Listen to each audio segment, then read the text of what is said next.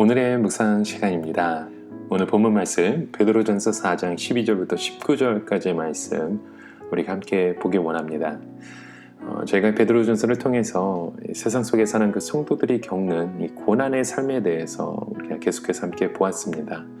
사실 베드로전서의 주제가 고난이죠. 고난당하는 그 성도들을 위로하기 위해 사도 베드로가 쓴 편지입니다. 어쩌면 우리의 성도의 생활 가운데 이 고난을 빼고는 그리스도인의 그 삶을 결코 이야기할 수 없는 것 같습니다. 자, 오늘 본문 11절을 시작하면서 이 불시험이라는 단어가 등장하고 있죠. 우리를 연단하려고 오는 이 불시험을 우리 표현하고 있습니다. 우리가 겪게 되는 이 시험, 이 시련이 그만큼 뜨겁고 그만큼 고난이 힘들다는 그 표현이겠죠. 보다 정확한 의미로는 이 불시험을 프리식스로 표현하는 단어입니다. 이 불타는 과정을 말씀하는 거죠. 이 뜨거운 용광로에 들어가면 이 불순물들이 다 빠져나오게 되는 것처럼 성도들에게 오는 그 고난이 고통스러운 것은 사실이지만 이 고난을 통해서 우리 안에 그 잘못된 그 죄악들이 다 빠져나가고 더 온전한 그 믿음의 사람으로 만들어준다는 그런 의미가 있는 것 같습니다. 잠언 25장 4절에도 말씀하죠. 은에서 찢기를 제하라. 그리하면 장색에 쓸만한 그릇이 나올 것이라. 자, 그래서 이 11절에도 말씀을 보면 이 불시험이 우리를 파괴시키는 그 목적이 아니라 우리를 연단시키려고 오는 불시험이라는 것을 말씀하고 있는 거죠. 우리를 더욱 다듬어주는 그 목적으로 우리에게 불시험이 온다는 거죠. 여러분, 오늘 우리에게 닥쳐오는 여러 가지 이 어려운 시험을 이렇게 생각하시기 바랍니다. 우리 하나님이 나를 더욱더 멋지게 다듬기 위해서, 또 우리 가정과 이 나라를 더욱더 멋지게 다듬어가기 위해서 하나님이 오늘도 작업하고 계시구나. 이렇게 우리 하나님이 저와 여러분을 얼마나 멋지게 빚어가실지 기대하시기 바랍니다. 이 시련의 풀물을 거치지 않고 아름다운 그 신학의 인격을 갖춘 사람은 아무도 없잖아요. 이 장인의 손길을 한번 스쳐 지나가면 평범한 그 물건도 예술품이 되는 것 같이 오늘 저와 여러분도 우리 주님 앞에 우리의 진흙과 같이 변해야 되어서 정말 그냥 놔두면 아무 평범하고 아무 쓸모가 없는 가치 없는 우리의 존재였지만 우리 주님께서 이 진흙으로 한번 만져주시고 주물러주시고 하나님께서 거쳐가실 때에 그 놀라운 하나님의 작품으로 우리의 삶의 인생이 거듭나게 되는 줄 믿습니다. 이렇게 우리 주님이 우리를 만지시는 그 작업이 바로 이 불시험인 것입니다.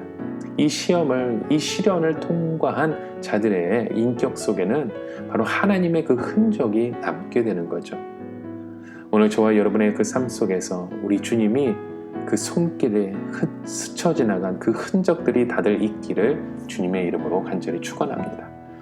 이러한 주님의 그 손길을 통해 우리의 모난 인격이 원만한 그 인격으로 변화되고 우리의 고집센 우리의 자아가 부드러워지고 또 교만했던 우리의 목이 겸손해지고 또 세상에 빠져서 세상만을 사랑했던 우리의 모습이 이제는 주님만을 사랑하는 그런 하나님의 아름다운 사랑으로 변화되는 그 은혜가 일어나길 소망합니다. 여러분, 우리가 이곳에서 꼭 기억해야 될 사실이 있습니다. 진정으로 우리가 하나님의 자녀가 되었다면 하나님은 우리 안에 그 어떤 불시험도 이겨낼 수 있는 능력을 이미 심어 놓으셨다는 그 사실을 여러분 기억하시기 바랍니다. 오늘 우리에게 그 시련의 그 비바람이 불어와도 주님의 자녀된 우리는요 결코 쓰러지지 않습니다. 정말 신기할 정도로 이겨낼 수 있는 그 힘을 하나님께서 주신다는 거예요. 바로 하나님의 생명이 이미 우리 안에 있기 때문이죠. 여러분, 오늘도 이러한 그 믿음을 가지고 주님 앞에 나아가시는 저와 여러분의 하루가 되시길 간절히 축원합니다. 그러기에 이 고난은 우리에게 머물기 위해서 오는 것이 아니라 바로 지나가기 위해서 온다는 사실을 여러분 기억하세요. 아무리 어려운 고난이라도 다 때가 되면 지나가게 되어 있습니다. 지금 우리에게 머물러 있는 이 고난, 이 시련도요, 사실 우리를 다듬는 기간이고 이것이 지나가다 보면 그만큼 내가 성숙되어져 있다는 그 사실을 보게 되는 줄 믿습니다. 여러분, 지금 우리의 이 고난, 이 시련 지나갑니다. 그때까지 여러분 기다리시며 주님의 마음을 품어가시길 주님의 이름으로 축원합니다. 자, 그렇다면 우리가 이러한 고난을 당할 때 우리가 어떠한 태도로 나아가야 됨을 우리가 말씀을 통해서 보게 되죠. 12절 말씀에 보게 되면 이상한 일 당하는 것 같이 이상하게 여기지 말라고 말씀하죠. 여러분, 우리가 고난당하는 것을 이상히 여기지 말아야 할 이유가 무엇일까요? 이미 예수 그리스도께서 고난을 당하셨기 때문입니다. 그리고 우리는 그분의 자녀이기 때문이죠. 그런 의미에서 우리가 고난당하는 것은 여러분 무슨 의미가 있는 걸까요?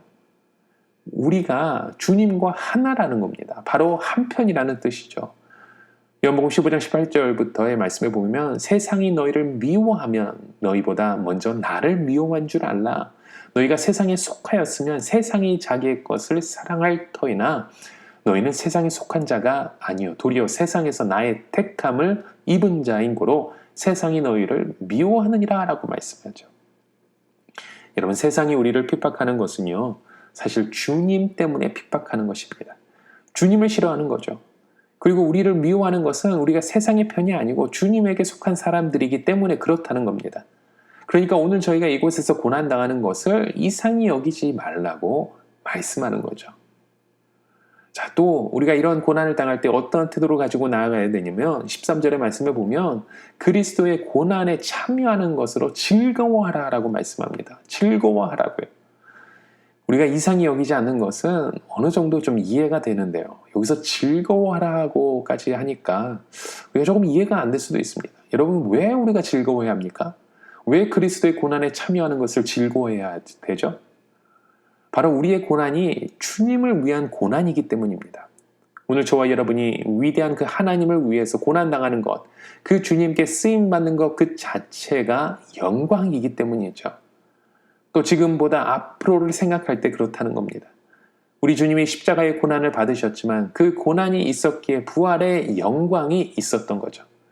그리고 이제 다시 재림하실 때에 우리 주님은 그 영광의 왕으로 오시기 때문입니다. 그래서 우리는 즐거워할 수 있다는 겁니다. 이렇게 우리가 주님을 위해서 이 땅에서 고난받을 때 그리고 주님의 영광 중에 다시 오실 때 우리도 주님으로부터 말할 수 없는 그 영광을 얻기 때문인 것이죠. 우리 주님으로부터 잘했다, 착하고 충성된 나의 종아, 이런 영광을 얻게 될 수 있다는 거죠. 이것이 그리스도인의 고난과 영광의 특징인 것입니다. 여러분, 우리에게 고난 없는 영광은 없습니다. 그래서 14절에 보면요, 이 그리스도의 이름으로 치욕을 당하면 복이 있다고 말씀하는 거예요. 우리가 주님 때문에 온갖 무시와 핍박과 멸시를 당하는 것이 사실은 우리에게 복이 된다는 겁니다. 특별히 이렇게 혹독하게 고난을 당할 때 우리가 더 큰 믿음의 확신을 가지게 되는 것이 하나 있는데요. 바로 성령님께서 나와 함께 한다는 사실을 우리가 확실하게 체험한다는 거죠. 우리가 감당할 수 없을 것 같은 어려움이 우리에게 닥쳐오면 한편으로는 우리의 마음이 두렵고 내가 이 어려움을 어떻게 이겨낼 수 있을까 하는 생각을 가지만요. 막상 이 상황을 닥쳐가다 보면 이상하게도 우리 안에 나도 모르게 힘이 솟아나 견디게 되고 주님 앞에 나아가는 그런 우리의 모습을 경험하지 않으셨습니까? 이것이 무슨 힘입니까? 바로 우리 안에 계시는 성령 하나님이 함께 해주신다는 거죠. 우리 성령님이 도와주시는 것입니다. 그래서 우리가 죽음까지도 무릅쓰고 주님을 찬양하는 것입니다. 우리 인간의 힘으로는 그렇게 할 수 없지만 우리 안에 함께 하시는, 내주하시는 그 성령님이 우리와 동행하시기 때문에 이러한 성령님을 의지하며 오늘도 그리스도의 이름으로 복 있는 하나님의 자녀로 우리가 나아갈 수 있다는 거죠.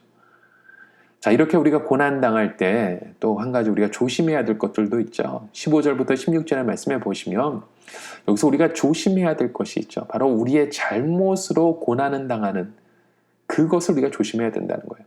간혹 우리의 사회에서 이름이 알려져 있는 어떤 크리스찬인들이 어떤 잘못을 저질러 재판받는 그 뉴스들을 우리가 종종 보죠. 때로는 어떤 목사가, 어떤 장로가 어떻게 이렇게 직분자의 이름이 거론될 때마다 참 때로는 당혹스럽습니다. 그런데 여러분, 우리는요, 어떤 형태로든 잘못된 행동으로 사람들의 비난을 받을 일을 우리가 해서는 안 되는 거잖아요. 그래서 우리는 더욱더 조심해야 됩니다. 우리의 모습을 통해 어떻게 해서든지 하나님께 영광을 돌리는 삶을 살아야지 하나님의 영광을 가리는 하나님의 자녀가 되면 안 되는 거죠. 여러분, 오늘도 우리 그리스도인들이 받는 그 고난이라면 이것을 부끄러워하지 말고 당당하게 여러분 주님의 이름으로 선포하며 나아가시는 저와 여러분이 되시길 바랍니다. 그래서 주님의 이름으로 하나님께 영광을 돌리시며 나아가는 하나님의 자녀 되시는 저와 여러분의 삶이 되시길 주님의 이름으로 축원합니다. 그러기 위해서는 우리가 겪는 이 고난을 바르게 이해해야 합니다.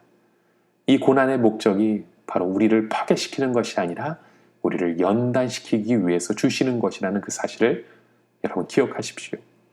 또 고난에 대해서 이것에 대해서 이상히 여기지 말고 즐거워하시는 저와 여러분의 삶이 되시길 바랍니다.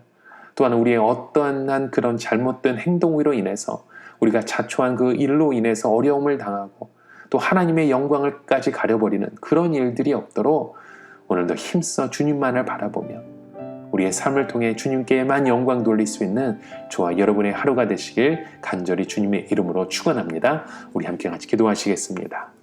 하나님 아버지, 우리가 겪고 있는 이 어려움을 통해 또한 하나님이 빚어가신 그 주님의 손길을 동시에 경험하며 나아갑니다.